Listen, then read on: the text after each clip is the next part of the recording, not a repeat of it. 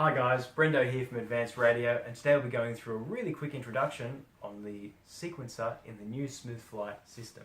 If we pan down here, we'll show you a quick instruction on how to get there and how to set it up. Go into the main menu.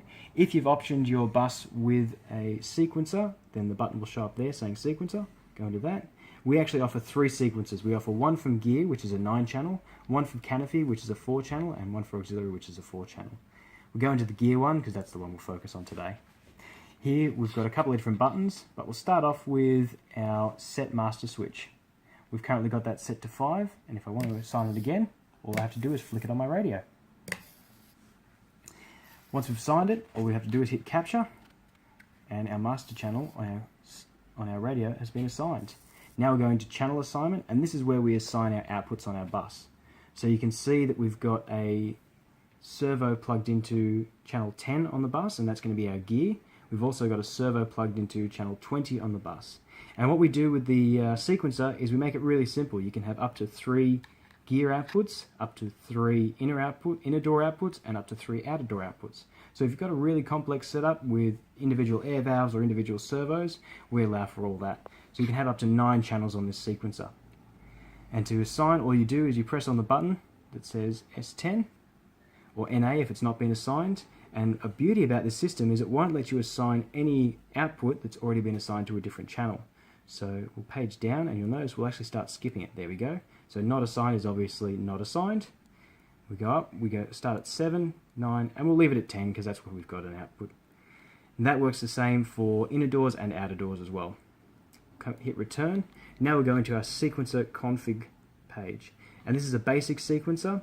On this page you'll notice we've got the 2 servo outputs, one for gear and one for inner door. We've got a little tab up here saying green equals down or open, red equals closed or up.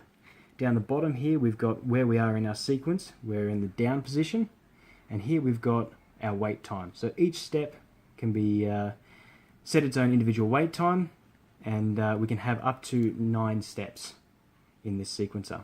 But we'll start with something very simple. So we've obviously got two outputs here, and we're in the down position. As I page through, you'll notice that these buttons will actually change. What we're seeing here is our inner doors have gone from closed to open. But if we want to change that, all we do is you press the button, and that'll set them to closed or up for that section of the sequence. If I press it again, it'll set it to down or open. We'll go over to the next page, and this is saying that our gear is up and our inner doors are still down, so we might want to reverse that. What we'll do is we'll do that and go like that. And we want a 2-second wait time for this. Let's just reduce that to 1.5 seconds. Pretty simple. We'll go to the next page. Now we're seeing that both sections are up, so our gear is up and our inner doors are up. So we still want these to be open again. And we'll go over to our final stage, which is up, and everything you can see is now closed. If we want to add another step, all we have to do is we click this little button here saying add step. It says yes, do you want to add another step to your sequencer? You hit yes. Now we've got 4 steps, and we'll leave that as it is now. We'll just add a little bit more wait time, and we'll go with that. So you can see now we've got 5 steps in our sequencer. Similarly, if we want to remove a step, all we do is we press that button and that'll remove a step for us.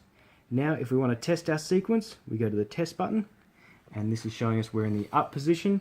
This is the time it's going to take to get to the next step, and the current position of the gear and the inner doors. So if I put this down, and I can go to gear down, you'll start to see the servos move and actuate in the sequence.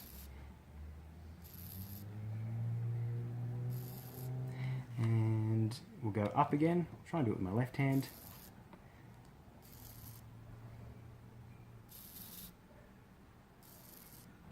There you go. It's just that simple. So you can see the timer ticking down after each step, the states that both the servos are in, and you can even pause it if you get into trouble. So you go gear down, and we'll hit the pause button, and it'll stay in that step. So if you need to stop something really quickly and then say, oh, okay, I have to go back up again, we'll hit the gear up button, and it'll go back up. Just some of the really quick and easy features included in our sequencer.